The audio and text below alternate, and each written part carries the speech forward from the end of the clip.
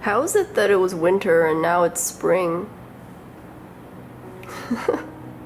I'm not complaining, I'm just confused.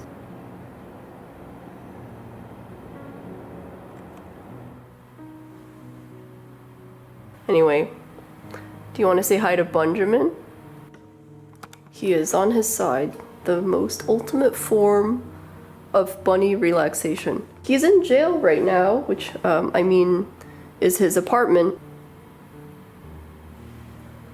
because he was eating the walls. This is an extra large dog pen. Very, very, very knocked out right now.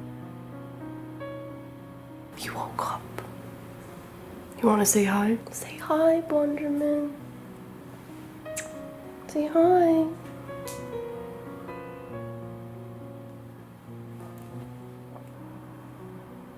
He's getting used to it. Want to say bye?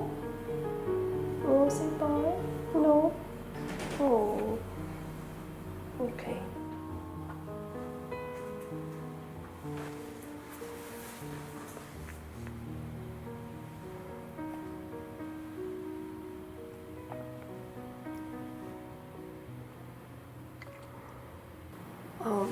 Someone asked last week if I could explain how I came to love my life when I didn't really love my life before.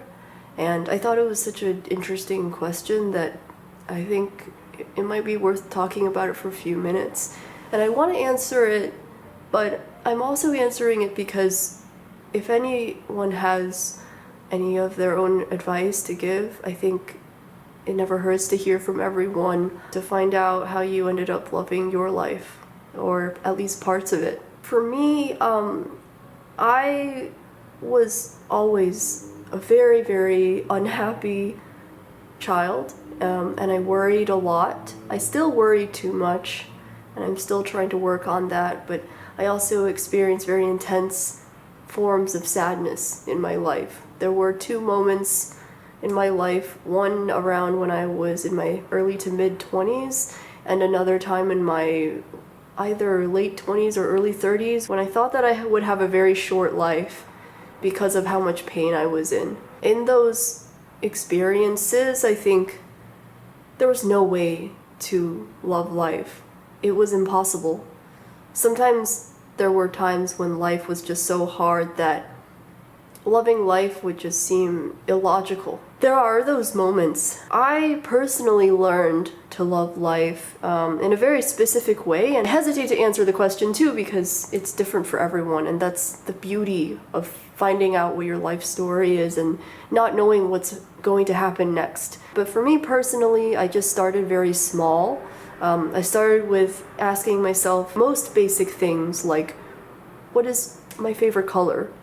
What kind of hobbies do I like? Those were questions that as a child, moving to America for the first time from England, I heard teachers asking, and I always thought that those questions were silly and unimportant. But then I realized that those are the most basic questions to how we love our lives, because everyone has a different answer, everyone has a different color, and everyone has a different favorite hobby or favorite video game or favorite charity. Everyone is so different. The answer, in my opinion, to loving life is to find those answers for each of us and then live according to those answers. That is the most general answer. This could take days to explain in more detail, but things that helped me personally, especially in those many long years, those dark years that seemed to never end, things that helped were, first of all, very, very, very targeted, specialized therapy.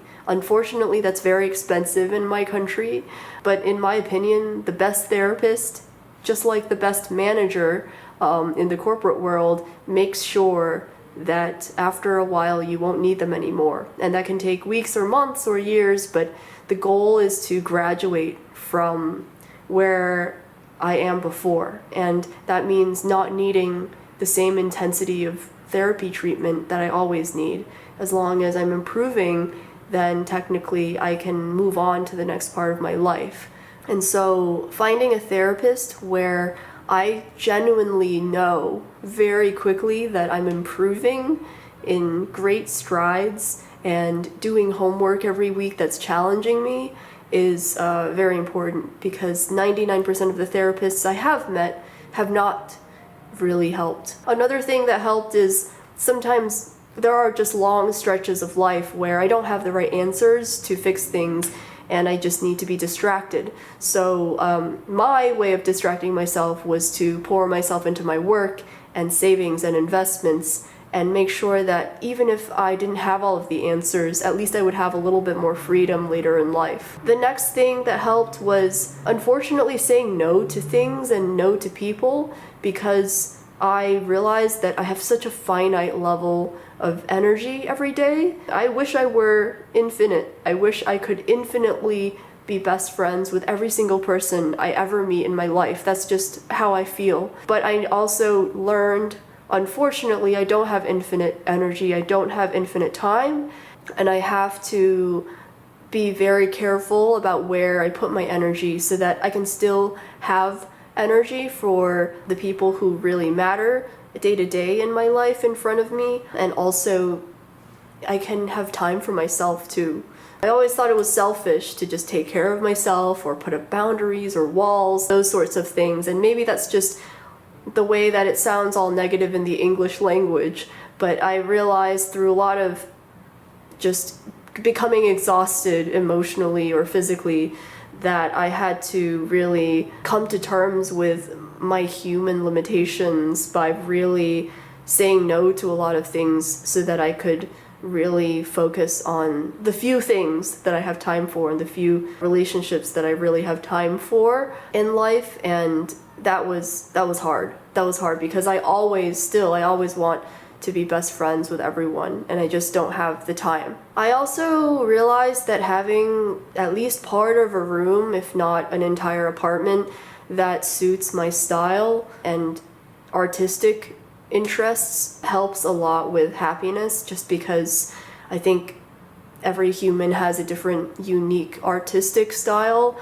that is reflected in their home and outside of their home, where they live or which neighborhood they're in. I've worked as hard as I can to make sure that the place I'm living in is reflective of my artistic style, at least slowly, and also reflective of my husband's style and interests as well. And that is another thing that helped me personally, is realizing that I wanted to be married and that would make me happier, but only with a certain person. That was a long journey that could never be solved in a day, and I had a lot of lonely moments before I figured that out, and I think all those things that I'm saying just take so much time, but the really interesting thing is that I think loving life is so unique to every single person. All of the details that add up to that look totally different from even their siblings or their parents or their friends, and loving life is a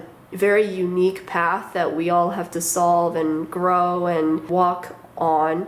There's just no one answer. And so if you are going through a hard time or you don't love life, all I can really say is you have to keep going. You cannot give up. You have to keep getting out of bed every morning. Don't give up. It will get easier. And I will be here with you. I promise. I'm here with you. I think of you all the time. I'm just here to remind you of what you love. Just as this weekend I will be reminding one of my friends that he wants to retire in Japan and he should get on it already. We all have something that we really dream of and want to work towards, because that's what makes us feel so fulfilled and happy, and or at least at peace. So I'm sorry that that's not really the answer. I don't have anything like, oh, you have to go outside in the morning, or oh, you have to drink this amount of water every day, because that's just such a unique thing for everyone. I think that's what makes life so beautiful too, though, because everyone's so different, because everyone has a different preference and voice and art style. Everyone is totally different. That gives us an infinite amount to discover together.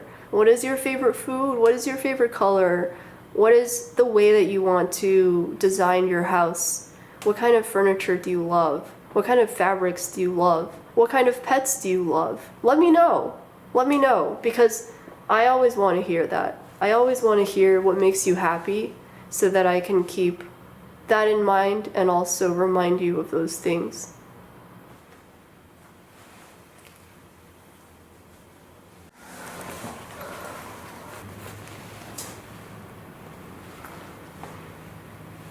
Some bunnies hate going outside, and other bunnies apparently love being on leashes, running in parks. I think I have a bunny who's a little bit in between, but maybe that's like people. Maybe every bunny has different preferences. Yes. Some days I don't want to go outside at all. Today is a good day, though. I think today is a good day to go outside. But not to the Gracie Mansion area. There are bomb threats around there, so, yeah. Ugh.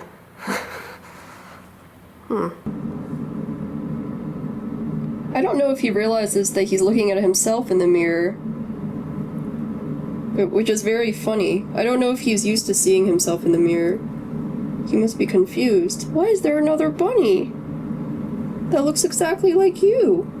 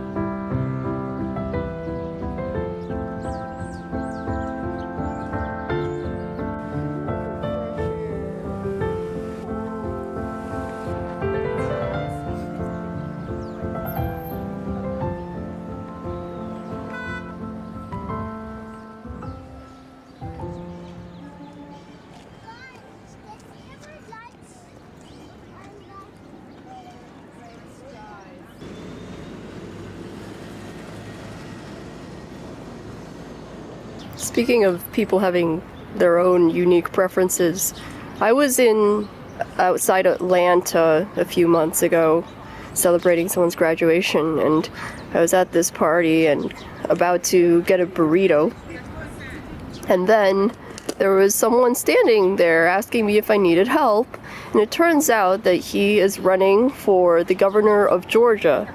And he's going around the state meeting new people, and he loves it. It's his favorite thing to meet new people all the time. And I was, first of all, surprised to run into someone who's doing that, but also it's a funny observation to find out who really likes shaking hands all the time and is genuinely happy to do it.